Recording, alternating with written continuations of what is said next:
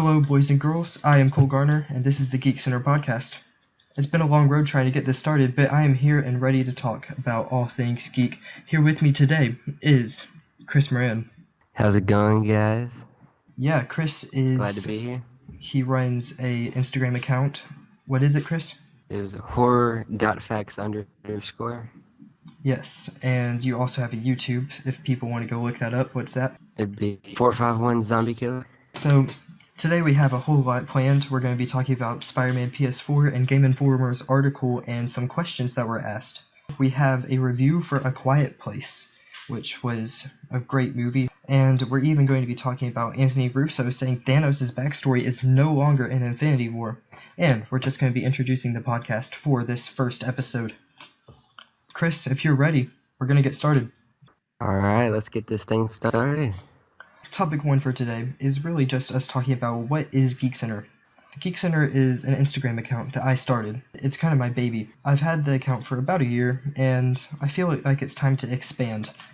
I've been running an Instagram providing news and memes for over 2,000 followers, and I felt that it should be more. Because of that, I started getting people who would listen to me, and we're going to start talking geek stuff to the entire world. Alright, yeah.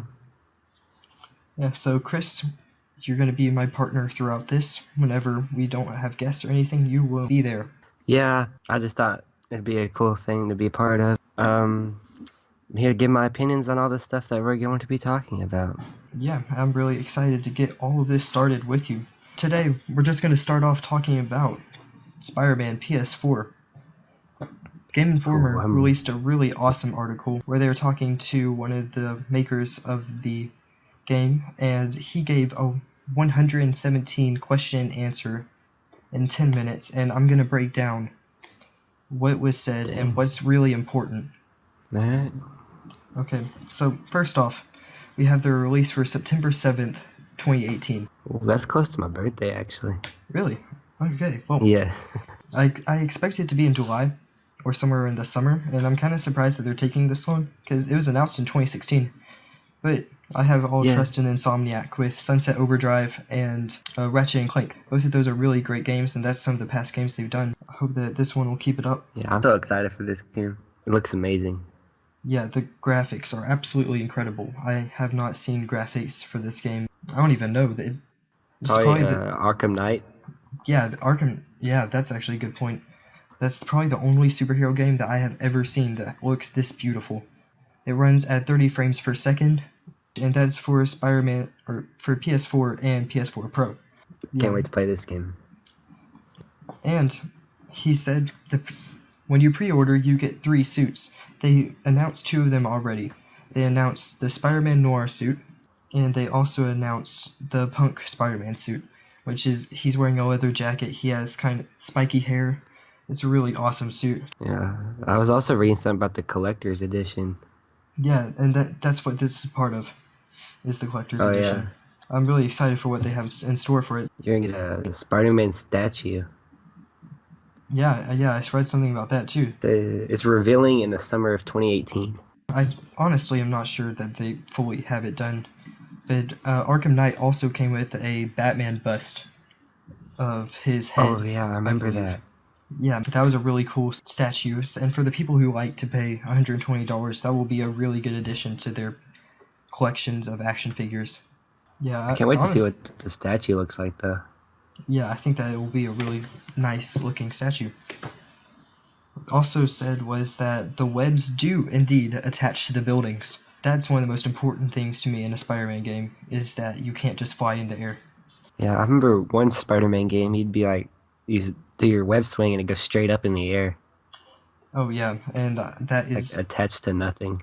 That will indeed not be in the game, and I'm really glad about that, because some of the games just feel so janky with the controls. And you look up in the air and your web is just slinging up into the sky like nobody's business. Yeah, and like freaking hanging out of nothing. Yeah, I can't stand that. And I remember Spider-Man 3, I believe it was, for the PS2, was actually, I think, is the best Spider-Man game. It's such a fun game, and it was L1 and R1. You used your right hand and left hand with R1 and L2, and I love that, and I really hope that that one this new game incorporates that.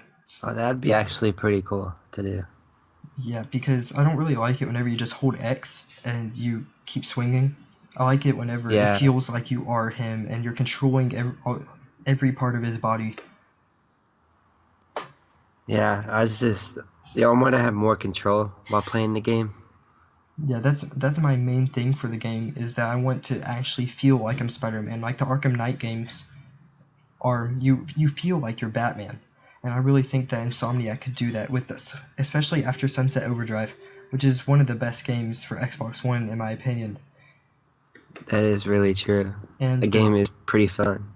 it's such a fun game, and it has a lot of movement in the game whenever you're sliding on rails and stuff like that.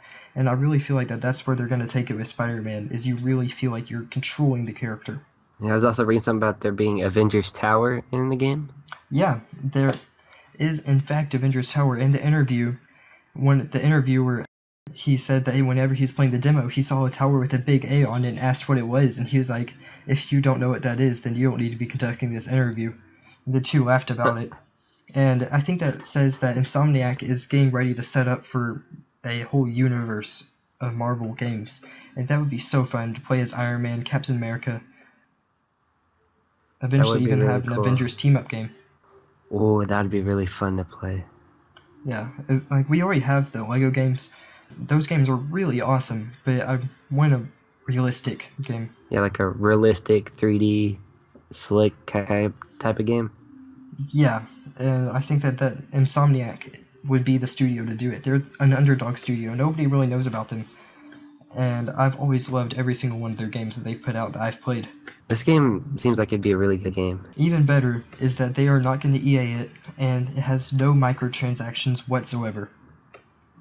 Oh, that is really good.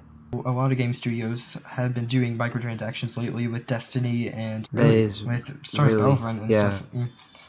And it gets really disappointing whenever you have to jump into a game and then you realize that you only have multiplayer, and you can't even play half the multiplayer you have because you have to buy certain characters or level up your character by paying money. And this game is Yeah, I guaranteed don't not like to games have it. that do that.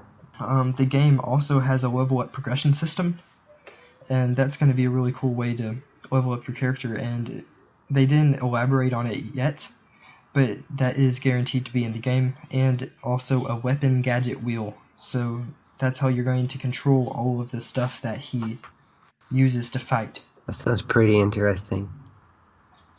Yeah, I'm really, really excited for this. Me too.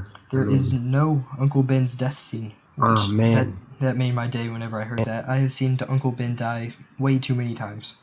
that is so true. And it makes sense, just like Homecoming, how it starts out with him not becoming Spider-Man. He already is Spider-Man, and that's really what this game is doing. He's been Spider-Man for 8 years in this game. 8 years. Yeah, it's such an exciting time in his life. Whenever he's out of high school, We're gonna he's become Spider-Man. an experienced Spider-Man. Yeah, exactly. You're an experienced Spider-Man. And I think that that's a really important thing that no game has really done yet. And no movie has even done that. You don't really have an experienced Spider-Man other than Spider-Man 3, kind of. Kind of. Yeah, and we're gonna have Mary Jane, and she is actual playable character. You get to be Mary Jane, and you get to be Peter Parker outside of the Spider-Man suit. Whoa, okay, I did not know about that. Yes, she's a fully playable character, and the guy said in the interview that she's going to be a very important character, and that fans are going to be surprised how much they love her in this game. Dang, I'm actually get a little bit more excited about that. I love Mary Jane as a character. I've always liked Gwen Stacy more as his girlfriend, but he's already past Gwen. My bad. I've always liked Gwen as his girlfriend, but now that he's experienced, 8 years into his life, he does not have Gwen in his life anymore, so maybe she's already dead. That might be. Because he's an experienced Spider-Man. He's gone through some stuff. He's gone through a lot of stuff. And a lot of people die in his life, and so maybe Green Goblin's already tossed her off the roof. Maybe. Guess we'll have to find out when we play the game. The story should be a week long, or a few weeks long. the fast travel is in the game, but you have to go to a subway station to be able to fast travel. Which makes sense since you're in New York. It's really, they say that New York is a playable character in this game, and I think that really, and it's alive. They're really taking their time. They're not just taking New York from another game and popping it in. They're making their own New York. And that New York is such a big part of Marvel. That's where Marvel HQ is located. That's where so many of the comics take place. So you really have to make it a character. That is really true. Yeah, and Like say like continue. almost on all the movies, something happens in New York. Yeah, even in the comics, the movies, everything, they all take place in New York, and New York has always been alive and breathing. And that's one thing that I really think that they have messed up in the last few games, especially in the Amazing Spider-Man games, is that New York did not feel like it's a character. It didn't feel alive. It felt so flat. That is really true. And with that, I think we should move on to topic 2. What do you say?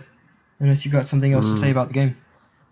Not really. Just I'm excited about it and ready to like play it when it comes out. Spider-Man PS4 releases on September 7th, 2018. And with that, we are moving on to topic 3, which is A Quiet Place review. So me and you both went and saw this last night at 7:15. Yep. Yes, and the movie was absolutely amazing. You want to give your quick thoughts on it? Thing I like most about it is the way the sound is mixed together. Mm-hmm. Like when it was focused on the girl, like you could hear nothing because she's deaf and everything. Definitely. And I think that that's one thing that the movie does really well, and it's almost Oscar worthy. I don't want to say that yet because we're not too far into the year, but if this came out last year, I think it would have won for sound design.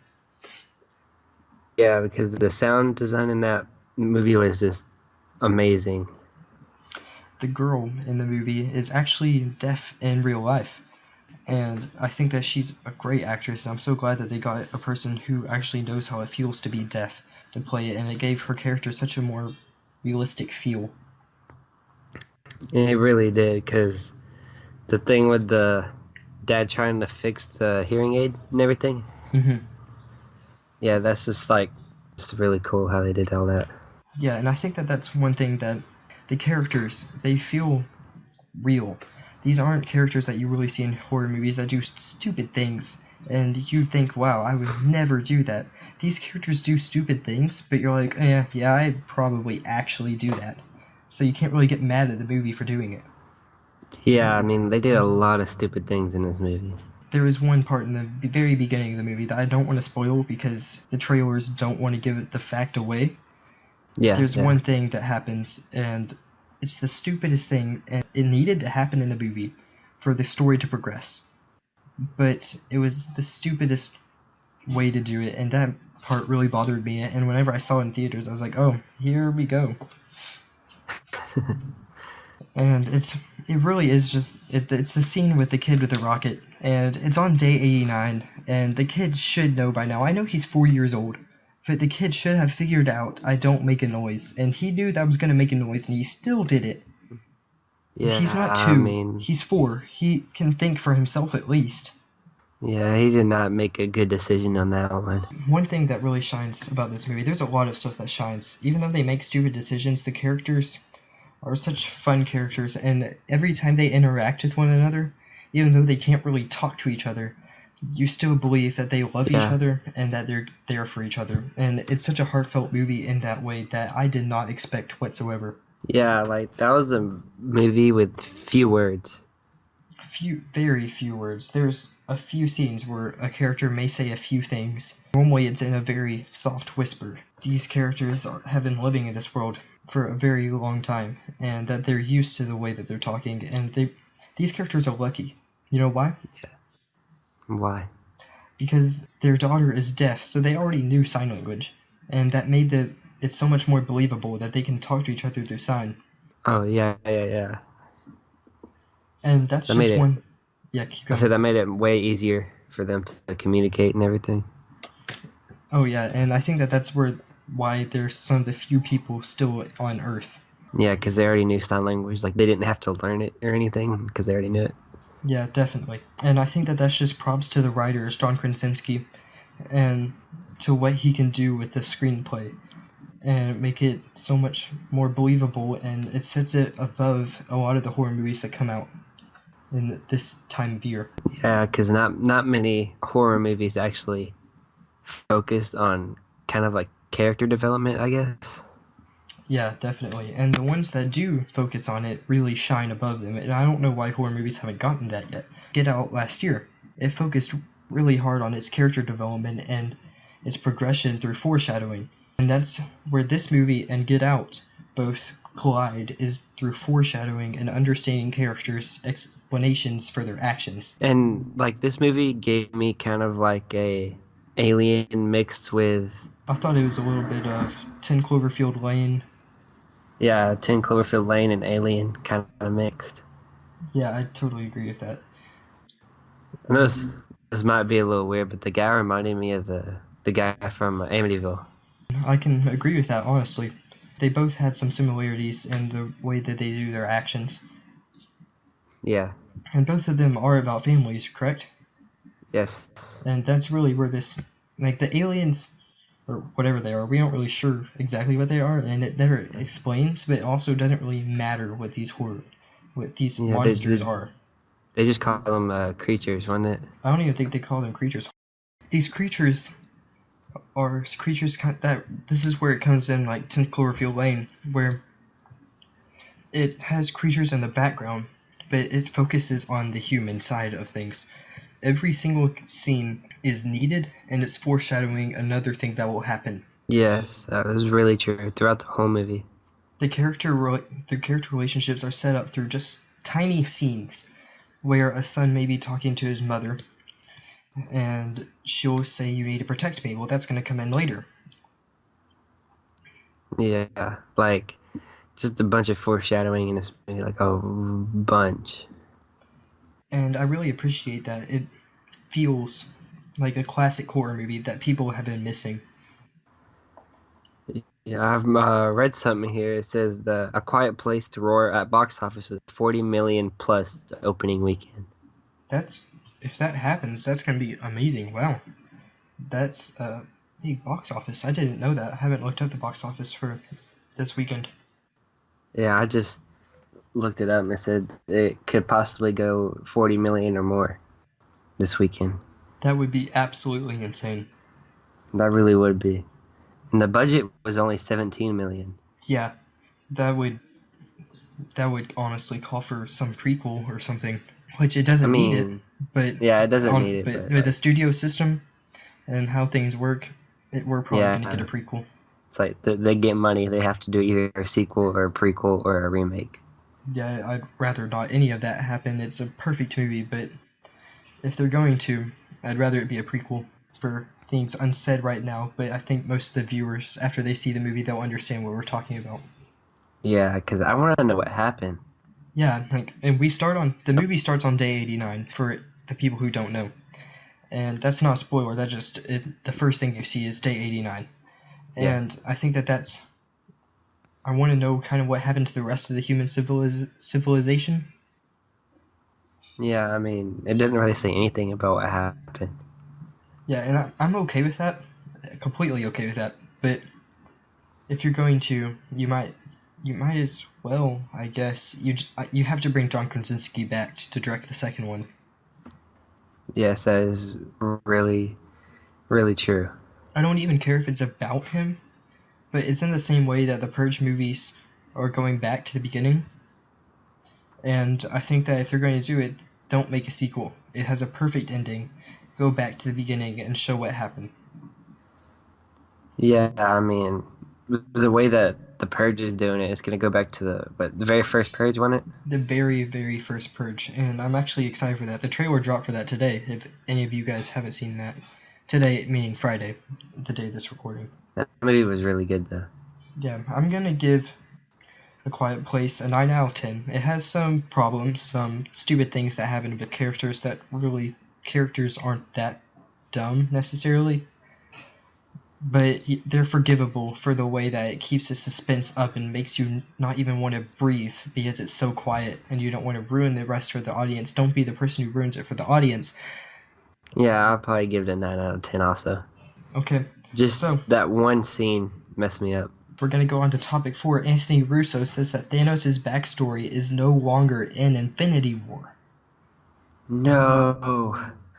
Yeah, and we've seen stuff like that's one of my most anticipated parts of Infinity War is seeing his backstory.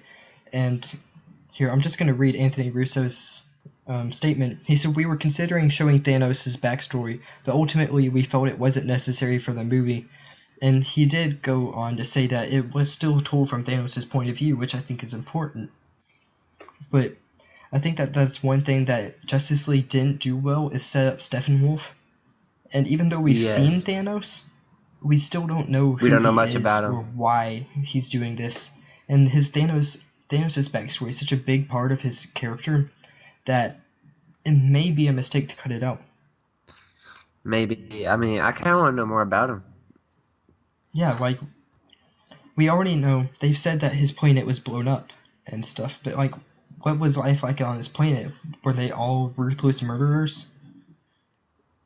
Yeah, like, I want to know why he wants to, destroy half the human race and everything.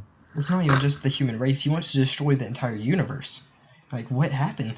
And if they take that, if it's fully out of the movie, then I think that that could be something that it'll feel like it's missing.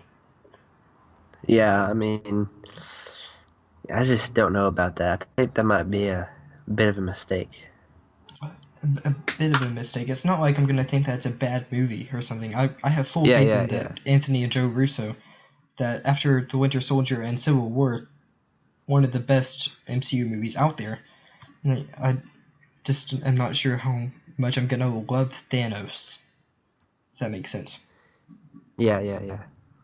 I mean, they've been setting him up since the Avengers, right? 2012, and it's 2018 now. We're finally seeing him wreck some people up. The trailer is so amazing for that movie. It really was, and every single trailer just gets me more and more hype. So I don't think that's going to be a bad movie, and I think that that may be something not as fun about it. Yeah. And I've also heard that from test screening audiences, that there was one test screening that was recent, and some of the people that came out of the test screening were saying, and there's only 30 minutes of the movie, they didn't see the whole movie. And it was a Yeah. scene with Doctor Strange, Spider-Man, and Iron Man, I believe. And there was a scene with Guardians and Thor.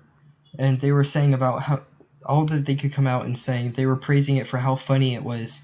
And I'm kind of worried that that's not the direction I wanted them to take with the movie if it's going to be all laughs and giggles the entire time. Yeah, because I think it's supposed to be more of a serious type of movie. I mean, I want some people to die in this movie, man, and I know that they've already confirmed that there will be death and be careful what you wish for, as Feige says. But I'm not sure if there's a line that the MCU doesn't know where to stop laughing, if that makes sense. They haven't stopped laughing since Phase 1. Yeah, I mean, Thor Ragnarok was just like a straight comedy. Yeah, and I know you love the movie. I didn't enjoy the movie as much. And I'm Yeah, I thought it hoping was that pretty funny. yeah, I'm hoping that they don't take it in the way of Thor Ragnarok, where they destroy all of Asgard. Spoiler alert if you didn't see it in November. It's already on Blu-ray, so it shouldn't matter. But they destroy all of Ragnarok or Asgard through Ragnarok, and it's all laughs and giggles, and they kill the Warriors 3. They're still laughing through it, and I'm hoping that that's not the way they're going to take it. Yeah, me too. I hope they don't take it in that direction either. And I get it with the Guardians. It's going to be a funny movie. It Yeah. has to be, because they're funny characters. Even though I don't enjoy their movies as much as other people, I know that people are going to expect them to be funny, but all the other characters should not be laughing the entire time. Yeah, I mean, Iron Man has its jokes in there, but it's all the way through kind of a serious movie. Exactly. Even all of Phase 1 are more serious movies, especially Thor, the first Avenger, and The Incredible Hulk. Those three movies are the darkest movies out there in the MCU so far. I mean, I hope they don't take it in that direction. I really hope they don't. But if they do, There has to be a reason for it, because so far Feige hasn't done one thing wrong with what he's done with the MCU. There's been some missteps, I believe, but not many people agree with me on that statement. I'm excited to see where everything goes after Infinity War, because they said that it's going to change up everything. I know it's gonna change everything, but like I hope it changes it in like a good way. Yeah, that's the biggest question right now, is where is Infinity War fixing to take it? Is it going to take it, like, we already know that Infinity War is taking the MCU more outer space than on Earth now. And outer space has always been like their comedy section of the world, you know? And I'm hoping that we Yeah. find some places in the galaxy that aren't it's Jeff Goldblum making a joke type stuff. Yeah.